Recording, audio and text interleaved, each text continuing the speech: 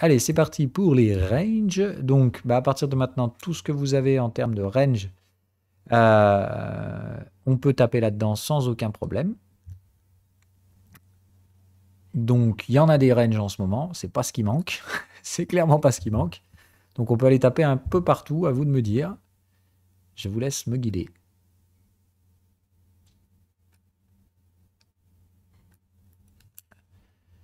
Alors oui, tout ce qui est la Chine, c'est clair que on est sur des big fucking range. Je vais aller les chercher. Alors bon, HK50 où on peut prendre le Hong Kong Stock non, Hang Seng Index, Hong Kong Stock Exchange, qui y est hein, d'ailleurs, mais bon. Euh, donc oui, tu peux prendre le HK50 si tu préfères. On va suivre ton truc. Ok, donc voilà, big range. Après, il faudrait peut-être trouver un peu plus d'historique quand même. Ouais, c'est encore pire. Global Prime, on n'aura pas mieux. On va voir s'il n'y a pas moyen d'avoir quand même un peu plus d'historique. Mais je ne crois pas qu'on aurait grand-chose. Bon, ils ont peut-être constitué cet index. Bon, le référent en Chine, d'accord, ça reste celui-là. Hein. Donc lui, on a de la donnée depuis 1987. Bon, donc il n'y a pas de souci. Ça, encore une fois, on est sur une composante haussière nette et précise. De toute façon, le jour où vous verrez des indices qui baissent, franchement, il va falloir vous remettre en question.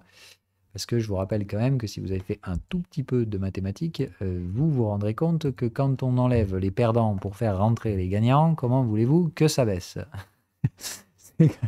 C'est quand même, enfin, voilà, de base. Alors oui, il y a l'inflation monétaire et tout ce que vous voulez, hein, mais c'est pareil, on a beaucoup plus créé d'argent dans l'histoire qu'on en a détruit. C'est la base, on ne peut détruire que ce qu'on a construit. Donc, bref, mécaniquement parlant, j'aimerais débattre avec des bears, avec des permabères, mais juste putain, merde, au bout d'un moment, qu'est-ce qu'ils sont cons. Désolé.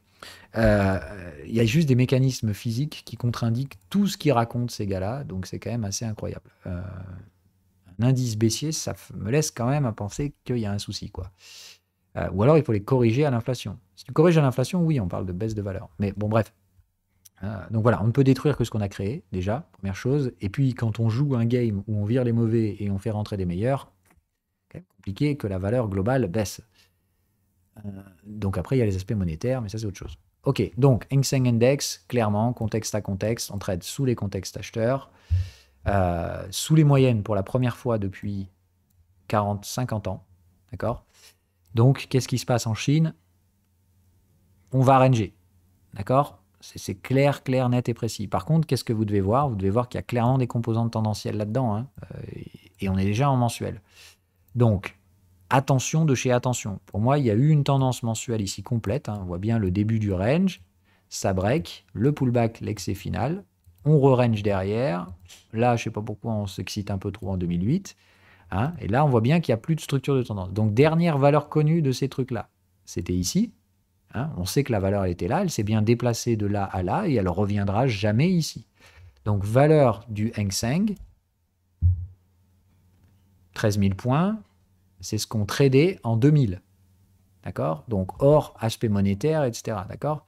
Depuis, comme je vous ai dit, ça paraît assez peu probable d'imaginer qu'on ait cassé grand-chose. Donc, on a ici un déplacement de valeur. Là, on a eu un déplacement probablement lié plutôt à de l'impression monétaire qu'autre chose. Ou peut-être un peu de croissance quand même, hein, 2008. À voir, faudrait regarder. Mais en tout cas, ici, ce qu'on y voit, nous, c'est, moi, j'ai une séquence de tendance qui m'amène jusque-là. Et à partir de là, il n'y a plus rien. D'accord? Je vois juste que ça a payé les moyennes. Et aujourd'hui, ça ne paye plus. Donc déjà, il y a bien un truc dont je suis sûr, c'est que ça ne tradera jamais sous 13 000 points, ce truc-là. Ça va jusque-là? Aujourd'hui, ça va de contexte à contexte. On a rejeté l'ancien top. Et on a surtout cassé les moyennes. Moi, pour ma part, je vous l'ai dit, hein, je charge des produits financiers chinois depuis qu'on est sur ces zones-là. Hein, c'est là où j'ai commencé à charger du Xiaomi et tout ça. Donc là, moi, pour ma part, je ne suis pas du tout baissier. Maintenant, c'est vrai que pour l'instant, j'ai été un peu surpris. Donc, je sais qu'au pire, déjà, c'est un range. D'accord? Quand j'en vois qui me disent ouais, la Chine, nanana, bah non, désolé. Ça, déjà, je sais qu'on passera jamais sous 13 000. Donc, au pire, il y a peut-être encore 20% de baisse à venir en Chine, mais après, le rebond va être sévère. Hein. Attention, on parle d'un rebond costaud. Hein. Les moyennes sont ascendantes. Trader à la vente dans un marché qui monte, vous êtes mal barré. Hein. Mais non, mais la question, c'est pas renforcer. La question, c'est trouver la gestion à faible risque, trouver le contexte. D'accord? Ça, c'est pas du range, c'est du range haussier. D'accord? On voit bien qu'il y a une composante haussière. C'est-à-dire, aujourd'hui, clairement, ça réagit plus comme des tendances. Tu vois bien qu'il n'y a plus de cassure de cycle, etc. Mais il y a clairement une composante acheteuse. Donc, moi, déjà, je me poserai la question de à quoi ça sert de réfléchir vente dans un range acheteur.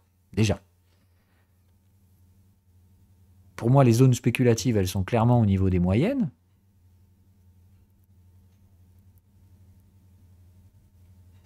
Donc, déjà, là, moi, je te dis, j'ai un petit problème là-dedans, quoi. Enfin, je sais qu'il vaut mieux trader ça à l'achat qu'à la vente. On est sur une fin de cycle vendeur, sous des contextes acheteurs, Fibo 76. Voilà, pour moi, c'est de dire, ne sachant quoi faire là-dedans, je ferai un neuneu et j'ai un magnifique achat neuneu mensuel, point barre.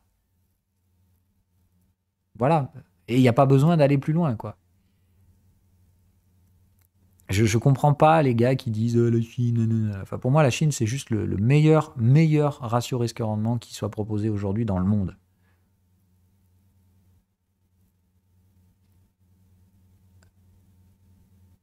Ah non, mais après, il faut trouver la gestion à faible risque. Pour moi, la gestion à faible risque, elle est en mensuel et on est dessus. Putain, on est sur la zone de gestion. Donc là, quand tu es sur la zone en mensuel, tu peux éventuellement aller rechercher les structures d'alignement en 4 heures, etc. Mais ça, on est plutôt sur du contenu expert, enfin expérimenté. Donc, on ne fait pas ça dans les émissions de range. Ici, vous avez juste un bon gros fucking nœud, quoi. Mais non, bon sang, mais t'es fatigant en fait. Il n'y a rien à foutre en horaire. C'est mensuel, donc la seule chose que tu peux faire maintenant, c'est trader les flux en 4 heures, pas en horaire. En horaire, en fait, bon, c'est pas compliqué, donc je t'ai dit, gestion à faible risque. 3 UT en dessous, tu vas avoir les flux. D'accord? Tout ce que tu as en dessous des flux, c'est de la volatilité pure. Donc là, bah, tu trades les bornes de volat si tu veux, mais c'est ni plus ni moins que 50-50. D'accord? Donc ces bornes de volatilité, tu peux les jouer, mais tu sais que tu vas risquer autant que ce que tu vas gagner et tu auras un taux de succès de l'ordre de 50%. Ça gagne pas beaucoup en fait de jouer là.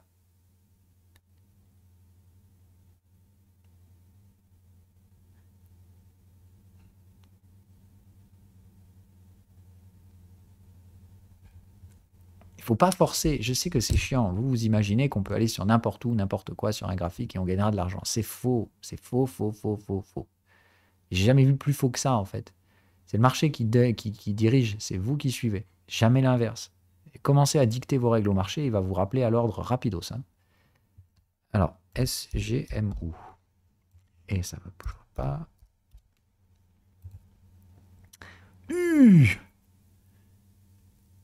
Ok, alors mensuel, range, nombre de bornes du turfu.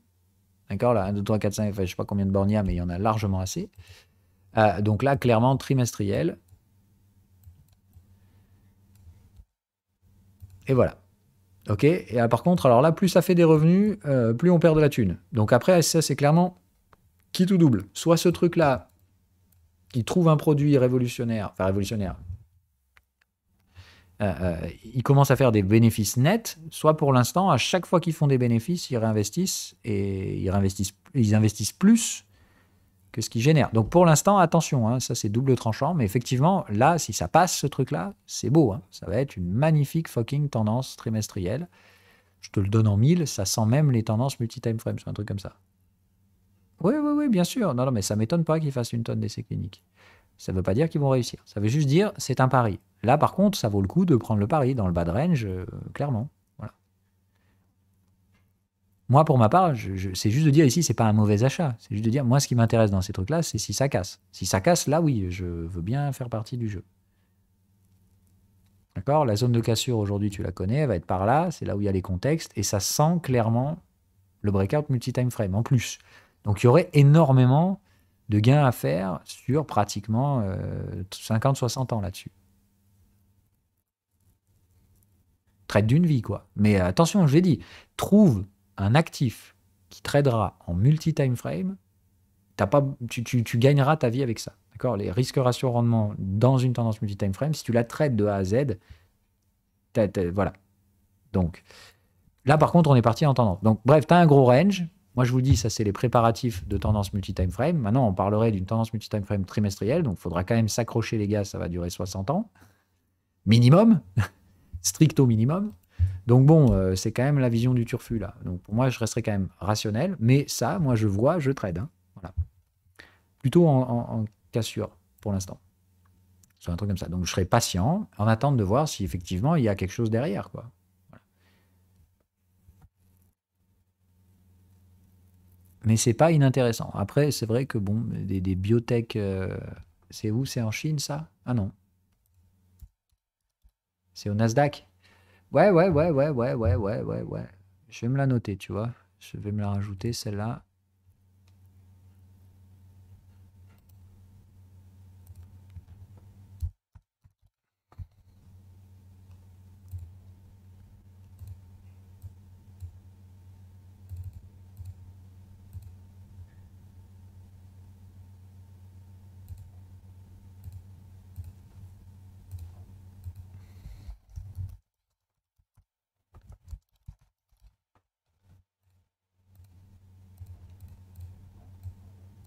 Ok.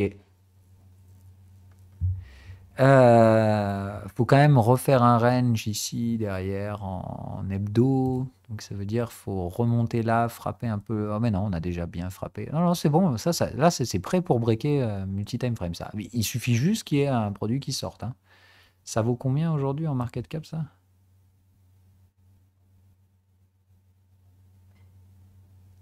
Ouais, ouais, ouais. Non, ça, il y a grave moyen, hein. La market cap est en lien. Maintenant, il faut que ça break. S'il y a la rupture là, ça va partir fort, hein.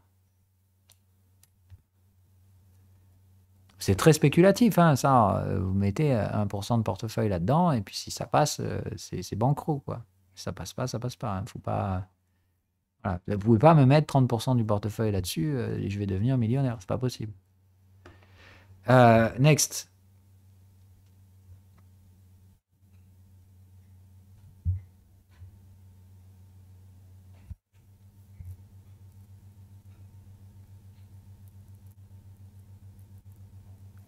Oui, oui, non, mais de toute façon, en ce moment, des ranges, il doit y en avoir partout, hein, d'accord? Mais l'essentiel, comme je vous dis, c'est de structurer d'abord la gestion à faible risque. Après, vous dire, on peut aller chercher sur n'importe quel time frame. Là, tu vois, par exemple, je sais qu'en daily, il y a un range, 4 heures, etc. Il n'y a pas de souci, d'accord? Si on fait de la pure analyse de range, il ne faut pas chercher à vous compliquer la tâche, hein. Vraiment, il suffit juste de trouver, voilà, là, je sais qu'en daily, il y a un range, point. Voilà. Très facile, il n'y a pas besoin d'aller plus loin. Le range est mature, foutez vos fibos neuneux, terminé, bye bye. Ok? Vraiment easy, quoi. C'est ici, c'est pas compliqué. Contexte à contexte, rebond sans faire de nouveau plus haut, ça casse. Donc la troisième borne est là. Là, vous avez en cours de quatrième, donc cinquième et sixième. Donc là, il y a 6 bornes de range. À partir de là, je vais te dire, si tu fais pas du neuneu, il y a un truc qui va pas. Ça, c'était très facile à trouver en neuneu. Et à mon avis, ça aussi. Je ne sais pas si on a glissé sous les contextes. Oui, voilà. Donc là, pam, sous les contextes, garantie qu'ici, il y a le Fibo 76. Donc voilà, c'est très facile de trouver les deux dernières bornes là. Donc là, tu as un marché qui stagne complet. Tu as fait deux nœuds, un à la vente, un à l'achat. Peut-être qu'il serait temps maintenant d'imaginer qu'on va ranger sur l'UT supérieur. Ou alors, on va repartir ici.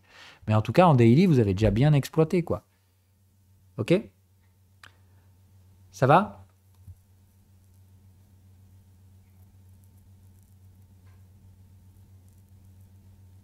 Alors après, il y avait quoi? QRVO. Je vais essayer de continuer.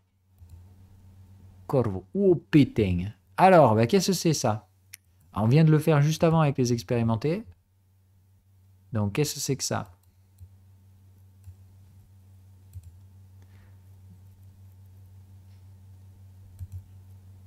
Ah, c'est chiant, c'est entre le mensuel et l'hebdo, ça. Mais bon, à défaut, on prendra toujours le mensuel. Ouais, en tout cas, ça en prend la direction.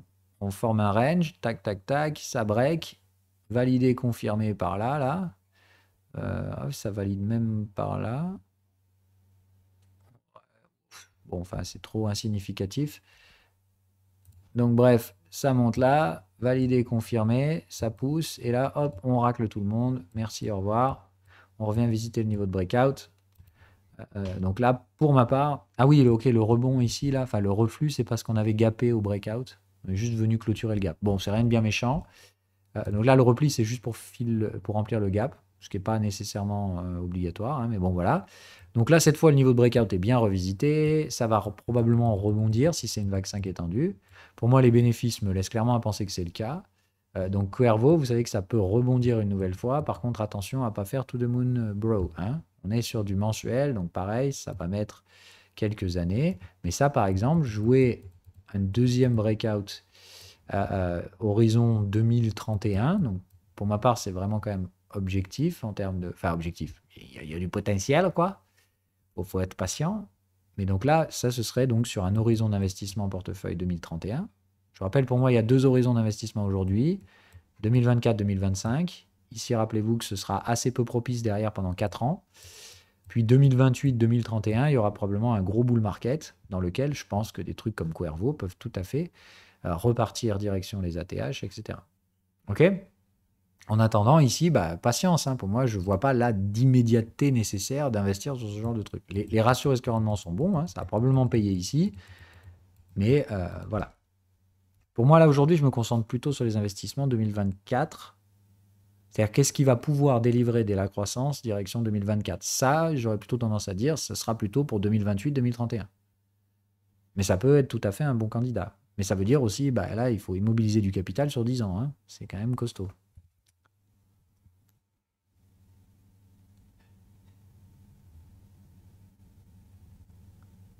Ah non, non, non, pour moi, Trump, ça va être 2024-2028 et il ne sera pas réélu, hein. Il n'aura pas le droit de faire plus de 2 mandats de toute façon.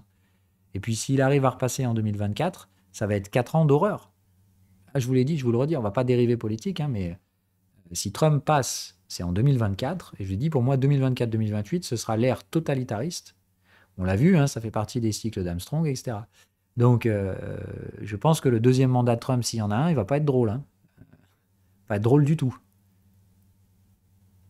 Voire même, pour ma part, catastrophique, hein. C'est, le premier, ça aura été la grandiose Trump. Je viens, je dépense 3 fois plus que ce que je fais rentrer dans les caisses. C'est facile, hein, de passer pour un génie quand on vient juste avec un carnet de chèques, hein. Donc, je l'ai dit, hein, Trump, il est arrivé dans une économie qui fonctionnait très bien. Il est venu, il a foutu le carnet de chèques encore plus. C'est-à-dire qu'il a pris une économie qui surchauffait. Il a dit non, non, que dalle, on va continuer la fête.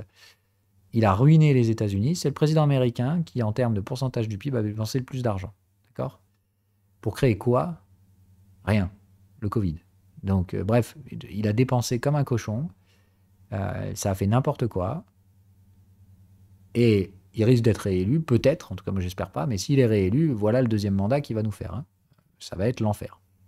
Récession économique, inflation, démagogie, contrôle, enfin bref, l'horreur, quoi, le vrai totalitaire, sous toutes ses formes, qu'il a toujours été, puisque je vous l'ai toujours dit, Trump, c'est clairement pas du tout un homme qui est fait pour être politicien. Il est tout sauf dans le compromis. C'est un dictateur, en fait, en l'herbe, hein, point barre. Bon, évidemment, heureusement, les États-Unis ont quand même pas mal de contre-pouvoirs qui font que on aura peut-être un gouvernement un peu totalitaire, mais il ne pourra pas nécessairement tout changer. Mais le dommage qu'il fera, à mon avis, aux États-Unis sera sans précédent. Ça, c'est clair et net.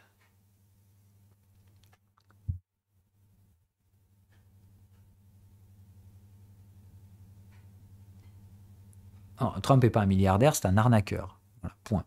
C'est juste un arnaqueur qui a regardé l'histoire de sa vie pour comprendre qu'il n'a fait que vendre son image et toutes ses entreprises ont toutes foiré. Point. Il n'a jamais rien réussi de sa vie, en fait, ce gars-là. Si ce n'est dépenser la thune de son père. Ça, il savait bien faire. Et il sait tout aussi bien faire avec les États-Unis. Il arrive avec le carnet de chèques, il passe pour un dieu, il vend son image, mais concrètement, ça va droit dans le mur. Voilà. Pardon pour la parenthèse politique. Next.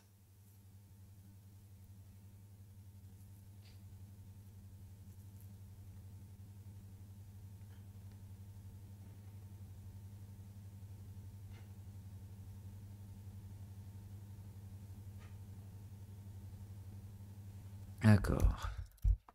Ah, mais pourquoi ça m'énerve? Ça veut pas. Ok, d'accord. Alors, peut-être pas celui-là. Et puis, il n'y a pas de C, alors, dans ce cas-là.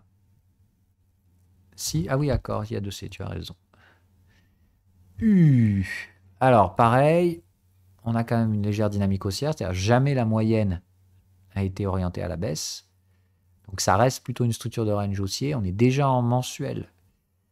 Euh, et on a des alertes de volatilité toujours actives. Donc moi, pour ma part, attention. Quoi que vous fassiez ici, hein, les stop loss doivent être au moins sous les 12-13 pour accorder un test de la borne de volatilité. Pour ma part ici, tant qu'il y a l'alerte de volatilité, je serais plutôt en train de dire, si ça s'achète, j'achèterais ça vers 15 justement. J'essaierai de payer la borne de volate, quoi.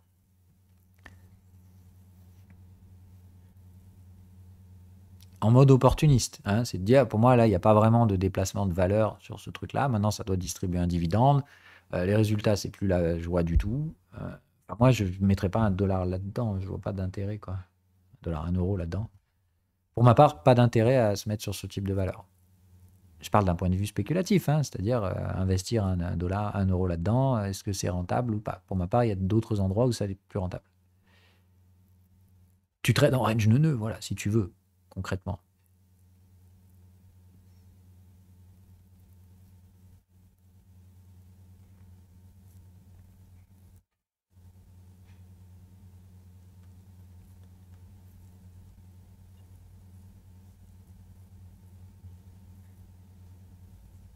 Next.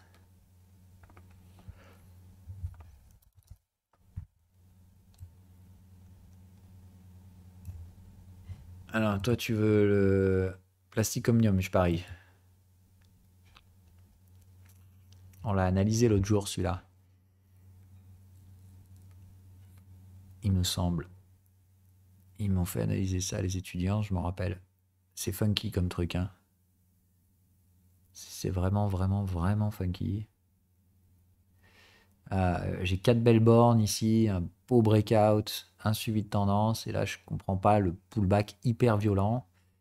Je comprends pas le pullback hyper violent. C'est vraiment, pour ma part, c'est une anomalie sur le pullback. Peut être dû au Covid, mais dans ce cas-là, je comprends pas ce qu'on refait au même endroit aujourd'hui. Euh, c'est compliqué. En tout cas, pour ma part, je ne serais pas trop pessimiste sur ce genre de valeur. Je pense que normalement, c'est pullback et que c'est final. C'est de dire, voilà, je resterai sur le schéma de. Bon, il y avait cette partie-là que je ne pouvais pas expliquer, là, pourquoi il y avait ce gap machin. Il faudrait fouiller quand même sur cette partie-là de l'historique de prix. Mais sinon, hein, bon, là, j'ai vraiment un beau range, un beau breakout, ce qu'il y a de plus classique. C'est vraiment de la tendance primaire par excellence. Pullback extrêmement profond. Hein, normalement, les pullbacks ne retracent clairement pas autant. Hein. Hop, j'ai pas mis un Figaro de pullback. Damn. Ouais, bon voilà quoi. Enfin, on va dire, c'est normalement Fibo 38. C'est rare que ça tienne sous les Fibo 50, les consos de pullback. 61, normalement, c'est juste extrême en termes de retracement. Donc, je comprends vraiment pas ce qu'on fait ici, pour être honnête. Je suis un peu bloqué là-dessus. Le pullback est extrêmement profond. Euh, mais pour moi, la valeur reste décalée. On est encore loin des niveaux de breakout. Donc là, pour moi, il y a deux choses. Hein. Soit on va chuter encore, chercher les niveaux de breakout, mais ça colle pas pour moi, puisqu'il y a vraiment eu les suivis de tendance. Un et 2. Donc pour ma part, il y a vraiment une tendance. Il y a vraiment le pullback. Il est juste extrêmement profond. J'aurais tendance à dire que ce truc-là doit retourner en ATH. Voilà. Pour ma part, là, la détection de contexte en range, c'est juste. Franchement, je pense que je vais mettre Plastic Omnium en portefeuille. Je pense que je vais aller le faire. Right now même. Ça me paraît vraiment pas mal. Ouais. En plus, c'est bien ça dans ma diversification. J'ai rien dans ce secteur-là.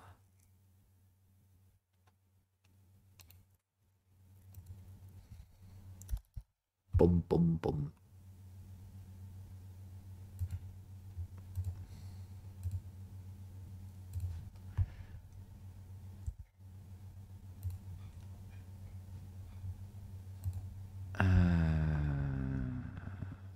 Juste avant les US.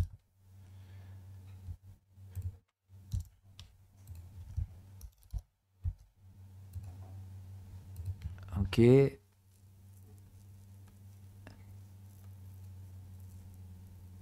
il y a du risque, hein, je vous le redis. Le pullback extrêmement profond, ça dévie quand même de la structure, mais j'ai l'impression que c'est plus dû à une anomalie contextuelle. La troisième borne est belle. euh, Elle est vendeuse. C'est peut-être pour ça qu'elle nous repousse au double bottom. Euh, Il y a le mais contexte macro aussi. ouais, mais je m'en tamponne. Moi, j'ai surtout que j'ai une hausse de valeur. Il y a Mais effectivement non, une, mais une peut-être légère que baisse de probabilité. la macro fait que ça a plus baissé qu'un pullback normal. Ouais, peut-être. Écoute, je sais pas. Moi, en attendant, j'ai tous les éléments d'une séquence de tendance primaire qui s'est mise en place. J'ai un pullback un peu plus profond qu'à l'accoutumée. Donc, je serai peut-être moins exigeant sur l'excès final, mais je pense que normalement, un truc comme ça doit ranger. C'est-à-dire, je ne sais pas quel sera le point bas de ce pullback. J'ai l'impression que c'est plutôt par là. Parce que les pullbacks passent généralement pas souvent sous les moyennes, hein. C'est le but de la recherche de valeur. J'aurais tendance à dire qu'on est en train de faire un point bas de valo, on va chercher un point max et derrière, on y reste aussi longtemps que faire se peut. Donc là, je pense qu'il y a, il y a un potentiel, horizon justement mi-2024, de peut-être après un pullback très virulent, on peut avoir un excès final très rapide qui se termine vers du mi-2024 là, et ça peut m'intéresser. En tout cas, je pense que l'extrapolation de valeur en ATH peut se jouer horizon 2024-25, c'est-à-dire avant le prochain cycle, le gros cycle correctif là, 24-28, dans lequel perso, je serai très peu exposé en action, mais ça, on en a déjà parlé.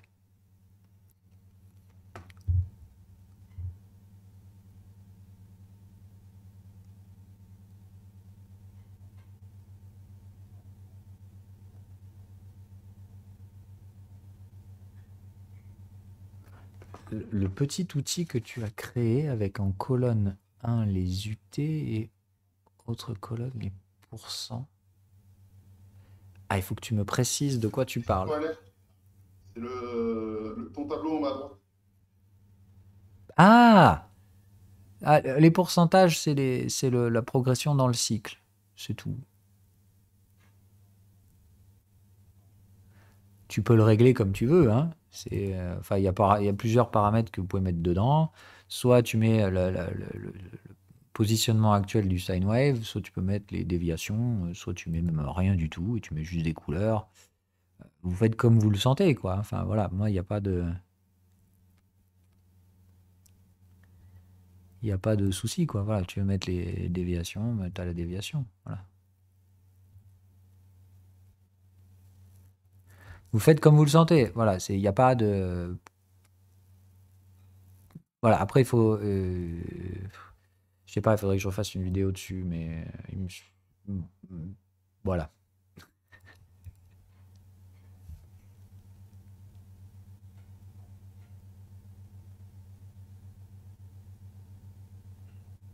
Me semble en avoir fait, hein. Si tu regardes dans les contenus éducatifs, tu dois pouvoir trouver.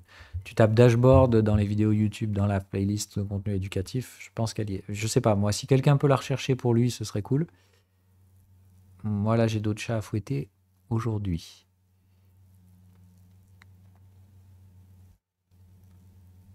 Ok, next.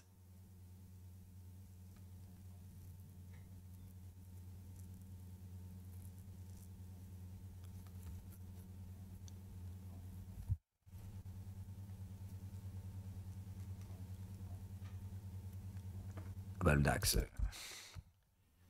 Papa DAX. Alors ça, évidemment, ça vaut le coup de vendre ce genre d'actif, hein. C'était franchement, enfin, pardon, mais il y en a, ils me fatiguent, hein, je te jure.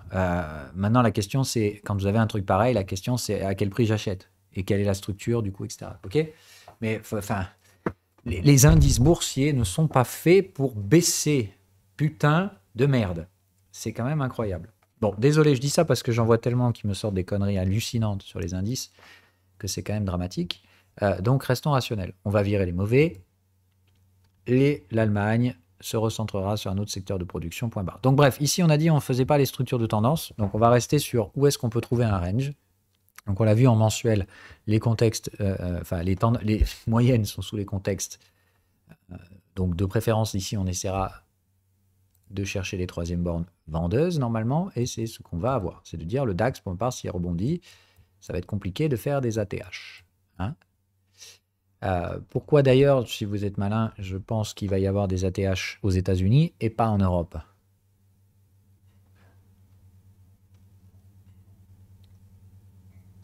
Comme ça, on va voir si vous avez compris un peu.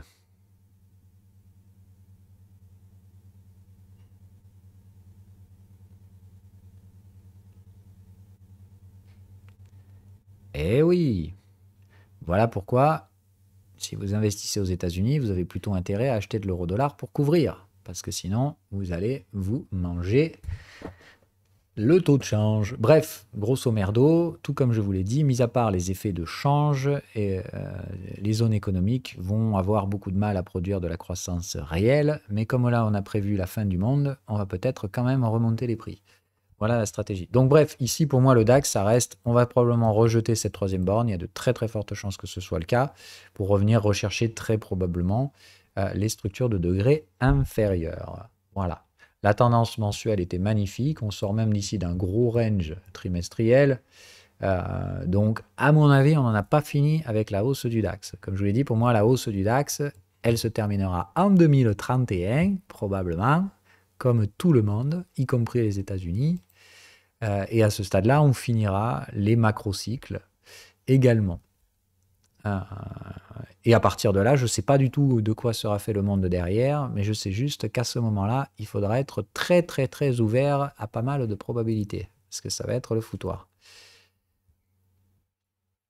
Moi, je vous dis, visibilité max que j'ai aujourd'hui, c'est 2030 et quelques. À partir de là, franchement, je ne sais pas du tout ce qui se passera dans le monde. Mais c'est 10 ans par rapport à aujourd'hui. Il faut déjà, à mon avis, avoir un peu d'humilité. Quand on fait du swing, on est obligé de se projeter sur des time frames longs, hein, etc. Enfin, du swing, déjà, c'est assez long. De l'investissement, c'est encore plus long. Mais commencer à faire des plans pour toute votre vie, ça me paraît quand même, encore une fois, peut-être un petit peu de l'ordre du folklore. Enfin, folklore. En tout cas, c'est compliqué, quoi. Enfin, ou alors vous faites des plans d'investissement pour vos enfants et tout ça. Enfin, voilà. Voilà, revenons à la base. Donc, le DAX, troisième borne à venir. Est-ce que ça vaudra le coup de la vendre? Pour ma part, je pense que oui. Etc., etc. Bim.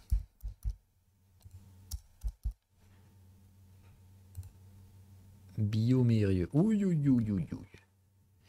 Ah oui, celle-là, ils me l'ont fait analyser aussi. Oh putain. Alors, je sais pas trop comment analyser ce truc-là. Je suis un petit peu ennuyé.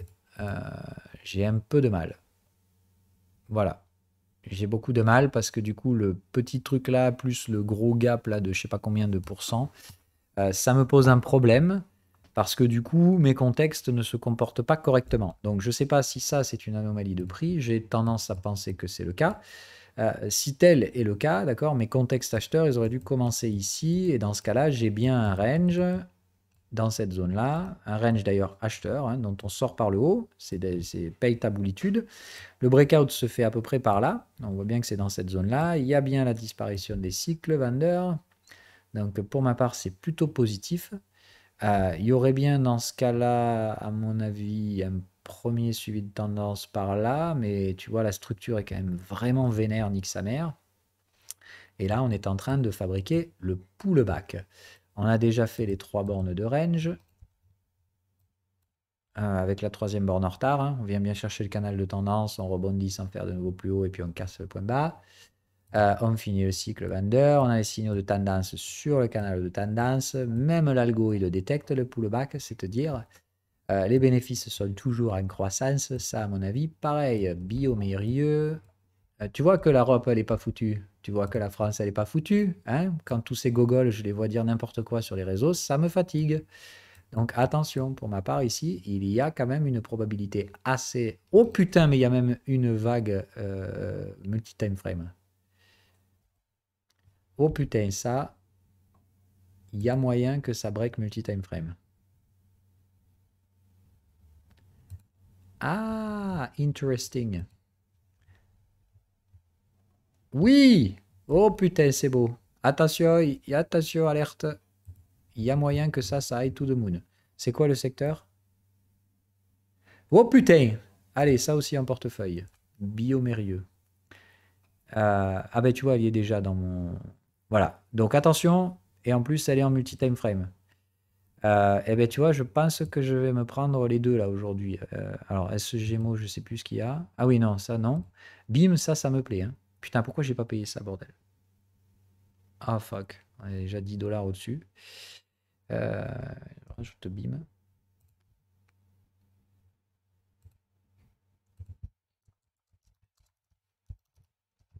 Mais il me semble que j'en ai déjà un du biomérieux en portefeuille. Je ne vais pas dire de conneries. Je ne sais pas pourquoi c'est pas noté. Mais voilà.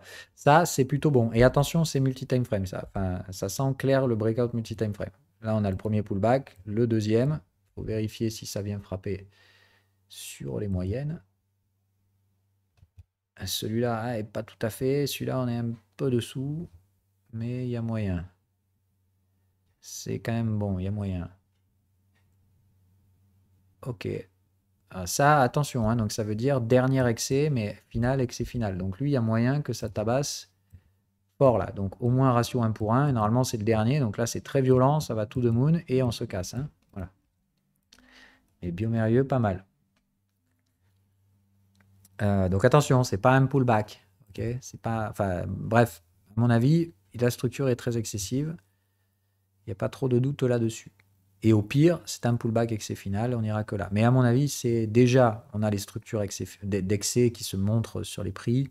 Ça, c'est voilà, c'est assez caractéristique de la tendance multi-time frame. Et là, vous mangez un pullback mensuel, mais qui est, à mon avis, à l'intérieur d'une structure de tendance trimestrielle multi-time frame. Bon, là, on est allé loin. Pour ceux qui font du range, là, vous avez le cerveau qui fond, et c'est normal.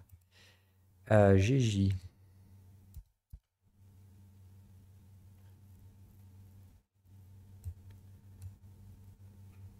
Oui, beau range, ça c'est bien. C'est une financière? Non. Machine industrielle. Euh, et c'est en DKK, c'est la couronne de où ça déjà? Danemark, c'est ça?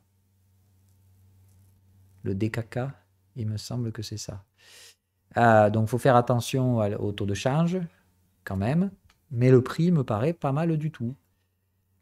Tu as un beau range bien mature, nique sa mère. Donc là, pareil, si ça break en trimestriel. Par contre, les chiffres qui baissent, ça, c'est moins cool. Il va falloir qu'ils remontent. Voilà.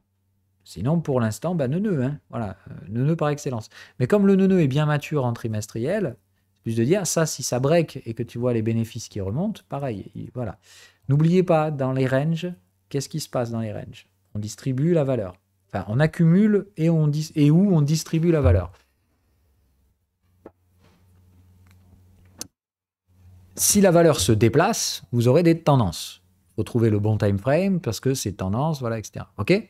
Si la valeur, elle se déplace pas, donc là, concrètement, ce truc, si ça reste comme ça va rester là. Hein. Il n'y a pas de raison. Dans ce cas-là, on peut rajouter des bornes pour toujours. Mais je vous rappelle quand même que de base, le principe d'une entreprise, c'est pas juste de faire bouger un prix de cours de bourse. Hein? La base d'une action, c'est de produire de la valeur. Donc, ici, j'aurais tendance à dire, c'est plutôt contradictoire. Il faudrait que les bénéfices reviennent. Par contre, ça, tout est prêt. Hein. Si les bénéfices reviennent là-dedans, il y a moyen que ça déplace les prix avec de la valeur. Pour l'instant, préliminaire, le time frame dans lequel ça pourrait se produire, c'est du trimestriel. Donc, il faudrait produire de la croissance sur 20-30 ans. Pas sûr que ça commence bien comme ça. Voilà. Surtout dans ce secteur-là. Il faudrait savoir ce que ça fait, ce truc-là. Voilà. Donc après, ça vaut 140 millions. Voilà, il faut creuser un peu plus. Mais il y a un range, ça se trade en nœud jusqu'à ce que ça break. Si ça break, tendance trimestrielle à appliquer là-dessus, tout simplement. Il y a plein de boîtes qui commencent comme ça. Pendant 10-15 ans, ça consolide l'activité. Puis après, boum, explosion de l'activité. Et là, ça suivra par une tendance. Clairement, là, si les profits de la boîte remontent, d'accord. Enfin, si le revenu de la boîte remonte et que cette fois c'est profitable, parce que par exemple ça s'est désendetté ou un truc comme ça, là il faut creuser en fait, plus de dire. Ça c'est pas inquiétant, mais voilà, pour savoir si ça va repartir, ici il faudrait creuser un peu plus le truc. Mais si c'est le cas, oui, tendance trimestrielle qui peut être mise en place derrière. Surtout dans le secteur industriel, il faut comprendre que les investissements mettent énormément de temps à devenir rentables. Donc je ne serais pas contre cette boîte, mais il faut fouiller un peu plus. Et on ne va pas faire ça ici. On n'est pas là pour faire du fonda. Du coup, AMC. Entertainment. Oh boy.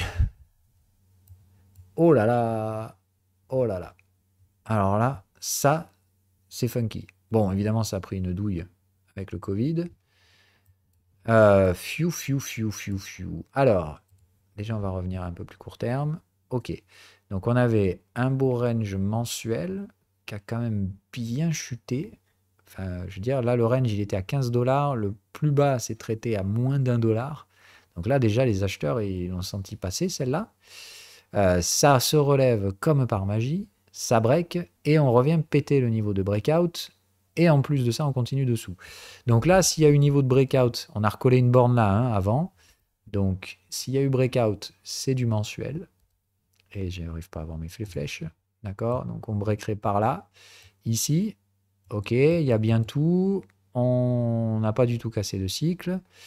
Et pour l'instant, on est toujours en train d'osciller autour du niveau de breakout. Donc ça, pour ma part, d'accord, c'est relativement compliqué. Il y a quand même eu le ratio 1 pour 1, donc c'est pas mauvais non plus. Mais si ça se relève, ça rechutera une fois. Donc moi, ça, je dirais toujours, s'il y a à faire, c'est plutôt vers 2026-28. Il faut déjà que ça se relève. Hein. Ça peut mettre du temps, là, ici, je te dis. Ce serait bien que ça se relève sur la fin de ce cycle, 2024. Mais dans ce cas-là, je pense que les rendements sont limités. Et que dans ce cas-là, le trade à faible risque, pour moi, ce serait plutôt 2028 sur ce truc-là. À essayer de jouer ça dans le prochain cycle boursier. Et le laisser tranquillou se faire démonter pendant l'ère Trump. Voilà, pour moi, le statut de ce truc. Je ne sais pas pourquoi ça a pump ici, mais quand je vois les résultats, voilà.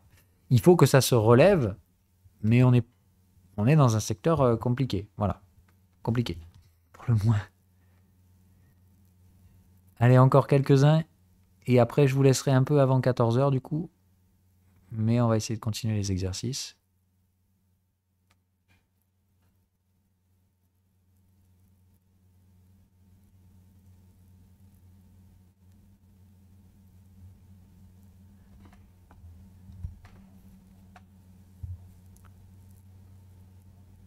Alors, orange, c'est compliqué, hein.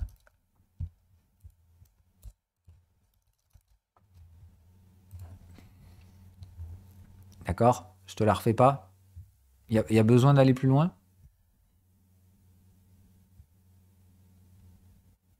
Voilà. Ok?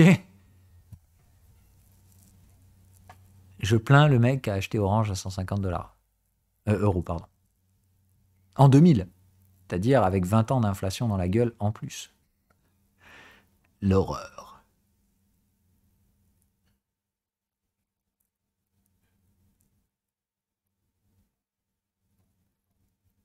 Ah mais oui, AMC, ça a pump avec les conneries de Robinhood. Ah oui, ouais, bon, faut faire gaffe, hein. Vraiment, moi, si ça se relève pas, on touche pas, quoi. Enfin, c'est plus de dire, s'il y a une tendance derrière ce truc-là, ce sera forcément une séquence alternative. Donc ça prendra du temps et il me faudra pour ma part d'autres confirmations. Sinon, c'est juste fausse sortie de range, réintégration, et puis voilà. Voilà, puis surtout si ça a été construit avec la hype, ça revient beaucoup plus sur ce qu'on a vu dans l'émission sur la tendance, c'est-à-dire pour se relever d'une bulle de hype, il faut une rupture technologique. Hein. Je ne suis pas sûr que MC, ça révolutionne quoi que ce soit. Donc dans ce cas-là, c'est bulle, crack, terminé, au revoir, on passe à autre chose. Hein. Je vous dis, les déplacements de prix qui sont non associés à un déplacement de valeur, ça sert à rien. C'est des bulles à débiles. Enfin, bulles à débiles, c'est des trucs pour faire trader les cons.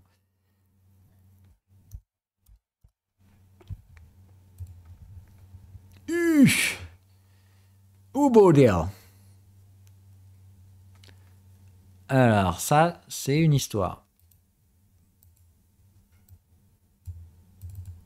Il n'y a même pas de range.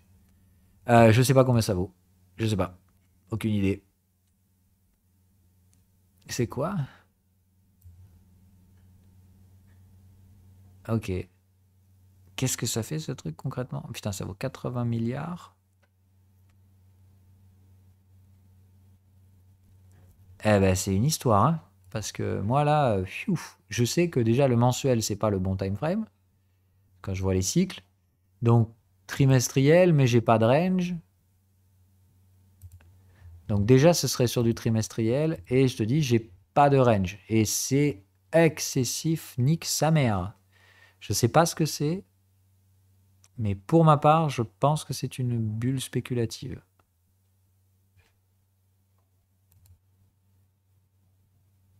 Il faudrait voir ce que ça fait concrètement, Striker Corp, etc. Mais bon, pour moi, les bénéfices là ne suivent absolument pas, hein. J'ai une croissance linéaire des bénéfices, j'ai une croissance parabolique des prix. Moi, je connais ce genre de truc. Ce sont des bulles spéculatives.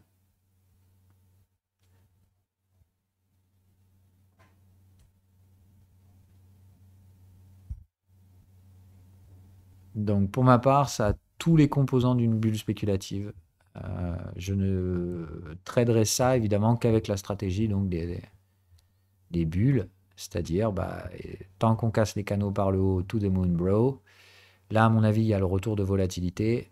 Je veux juste regarder pour confirmer. Voilà, donc là, vous avez bien donc la phase zéro volatilité. Ça, c'est Apple 2015, 2020, là. C'est n'importe quoi.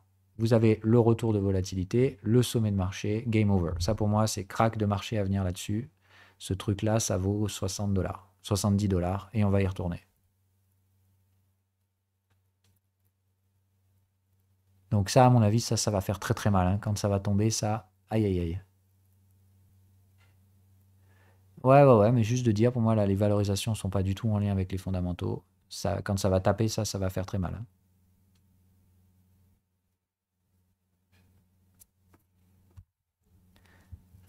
Maintenant, moi, je shorterai pas. C'est juste, je reconnais la structure. Je connais ces trucs-là. C'est de la pure bulle spéculative. Ça doit faire des rachats d'actions, ce genre de conneries. Donc c'est le même délire que Apple. Voilà. C'est des valorisations complètement stratosphériques. Bref, c'est pas la valeur de l'entreprise, quoi. Quand on va y revenir, ça va secouer, hein. Bref, normalement, on était supposé faire des ranges. Là, on vient de faire pratiquement que des tendances. Donc, sinon, hein, donc range à court terme, range en hebdomadaire, contexte à contexte, renversé, troisième borne à venir. Voilà. Maintenant, je vous dis, là, vous pouvez l'attendre longtemps, la troisième borne, hein. Elle n'arrivera pas. Un marché qui craque, ça fait pas les troisièmes bornes. Ça va cracher et ça fera un dead cat bounce derrière, normalement.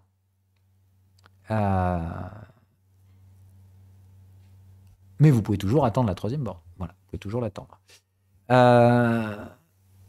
Mais ça, je connais trop bien, hein. Ça, c'est vraiment le schéma de crack. Là, on va au moins aller chercher sous ça. Donc, il faut aller taper du 90, là, sans problème, quoi. Ça vaut 213, hein. Donc ça va perdre 50% quasiment en ligne droite. Il faut juste une mauvaise nouvelle et ça partira tout court, hein. Lizzy. Ouh, putain, oui, ça, c'est une histoire aussi. Oh, bordel. Ah ouais, pas mal. Il n'y a jamais eu de construction de range, hein. Ça, c'est donc... je sais pas ce que c'est. C'est quoi cette boîte? C'est géré n'importe comment, hein. Aérospace et défense. Mais qui... Ça vaut 1 milliard, ce truc? Eh ben dis donc. Ça vaut 1 milliard là, donc ça valait 5 et quelques milliards ici. Je sais pas ce qu'ils font, mais sur le prix de l'action, c'est un bordel sans nom. Je sais pas. Moi, honnêtement, voilà, neuneu, hein, neuneu trimestriel du coup. Donc, voilà, effectivement, par là, ça se paye. Mais voilà quoi. Ça ne se traite pas au-delà qu'un neuneu, hein. C'est au-delà d'un neuneu, c'est-à-dire achat, revente à 45 et il faut pas chercher plus que ça, quoi.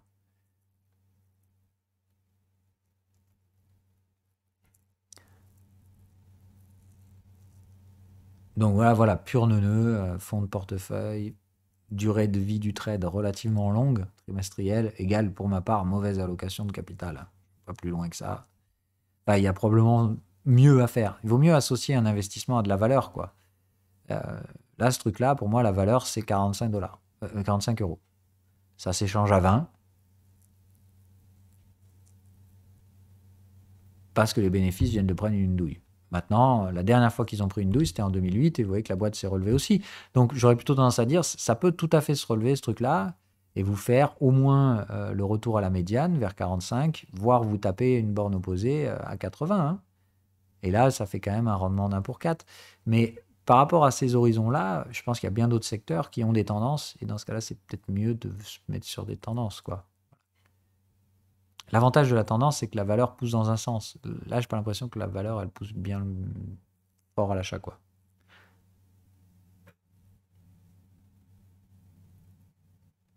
Next. Allez, un petit dernier. On s'en fait une paire de derniers. Pas une mauvaise boîte, hein, comme je te dis, encore une fois, en termes de risk-reward ratio. Mais d'une, c'était pas maintenant qu'il fallait acheter. Il fallait payer pendant le Covid. Tu vois, là, vraiment en excès, sous les contextes. Et puis là, en plus, c'est des contextes trimestriels, hein, qu'il faudrait mettre ici. Hein, on est d'accord? Donc, il n'y a pas de souci. Voilà, c'est vraiment dans cette zone-là qu'il fallait payer en trimestriel, pour ma part. Comment ça, plus expérimenté? Non, non, mais pour moi, c'est bête. Voilà, il faut te dire, ça, clairement, c'est un truc que tu pouvais payer là vers la zone. Bon. Moi, c'est vrai que ça me fait chier parce que j'ai l'habitude. Donc, moi, les canaux, je les construis visuellement, si tu veux. Mais là, tu vois bien que ton contexte, il serait là. D'accord? Puisque là, ça monte. Hein. Donc là, tes contextes, ils feraient ça. D'accord? Et là, tu viens les rechercher et tu viens de renverser celui-là. Donc, à mon avis, ton contexte, il est bien par là. D'accord? Et pour ceux qui n'ont pas les indicateurs, bah, vous foutez des putains de pitchfork. Voilà, enfin, tu fais tac, tac, tac. Et voilà, tu sais que la troisième borne, voilà, globalement, pour vous, elle va être par là, quoi. Tu vois, c'est ce que je te disais, ça va être à peu près par là. Donc ça, c'est ton objectif max. Hein, je vous rappelle, en borne neuneu, normalement, vous ne vous prenez pas trop la tête, quoi. C'est TP1 ici, euh, voire TP total, quoi. Et dès qu'on atteint le contexte opposé, c'est ciao, bye bye. Hein. Il est hors de question de rester acheteur face à ce truc-là. Donc moi, c'est vraiment comme ça que j'aborderais ce truc-là. De dire, bon, bah, si tu as payé là, ok, tu as payé la rupture du canal acheteur, tu es bien sous le canal ici. Il n'y a pas trop de soucis là-dessus, ça va? Ou à la limite celui-là de canal, voilà. Enfin, normalement, tu es supposé prendre ça, aligné à ça. Pardon, aligné. Non, tu es supposé prendre ça. Attends, en contexte, non, ça ferait ça, basé sur ça. Donc ça te ferait, voilà. Effectivement, ici, là, tu es sous les contextes. Tu as déjà tes Fibo 76. Tu aurais même pu acheter là, tu vois. Pour viser, bah, effectivement, tu vises toujours à ce stade-là, en trimestriel, je dirais un petit 55 maxi. Et à 55, ciao, bye bye. Hein. Ok? Tu pouvais payer dès 2015. Et tu es toujours dans le trade là. Et tu attends que ça vienne frapper 55. Donc, tu vois, encore une fois, tu vas faire x2 en presque 10 ans. C'est bien, hein, c'est toujours mieux que des gens qui perdent de l'argent. Mais c'est pour moi la seule stratégie qu'il y a là-dessus. Hein. Faut pas trop intellectualiser ce genre de conneries.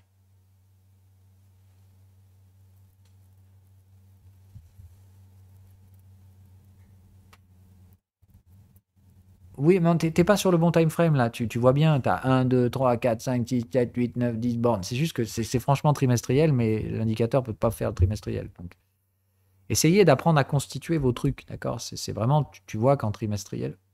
Qu'est-ce que j'ai fait? Ah merde, putain, j'ai actualisé. Tu vois bien qu'en trimestriel, si tu devais constituer un canal, il était haussier comme ça, et on l'a cassé à peu près par là, quoi. Donc là, tu sais que tu es sous les contextes, Fibo 76, donc tu avais bien la borne en trimestriel. Ok? Voilà. À quelle heure on doit se voir, nous, déjà, café? C'est pas aujourd'hui, c'est aujourd'hui, hein?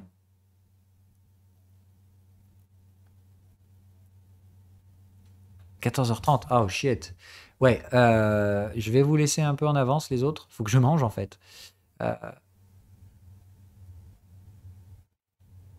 Donc, on va se laisser là-dessus. On recommencera dans 15 jours. Peut-être pas, hein, comme je dis, c'est pas garanti non plus. Il est possible que dans 15 jours, je le fasse pour les Anglais. Dans ce cas-là, si vous aimez m'entendre en bilingue, euh, vous pouvez venir quand même. Voilà. Allez, ciao, bonne semaine.